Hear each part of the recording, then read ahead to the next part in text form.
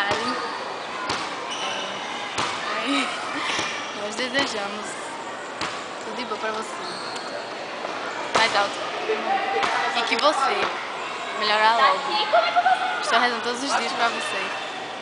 Gosto muito de você. Apesar de ter se conhecido há pouco tempo. Mas eu gosto muito de você. Desejo o melhor de tudo no mundo. E estou aqui porque você precisar. Eu vou dar a maior força pra você melhorar. E você vai melhorar. É, Mary, é o que ela disse. A gente tá rezando muito por você. E a gente sabe que você vai se recuperar porque você é uma pessoa forte e Deus tá com você sempre. E a gente também. Ai, meu Deus, tô me arrepiando. E qualquer coisa mesmo, pode contar com a gente. Porque mesmo que a gente não tenha tanta proximidade quanto você tem com as meninas, a gente é amiga e a gente vai estar aqui porque você precisar.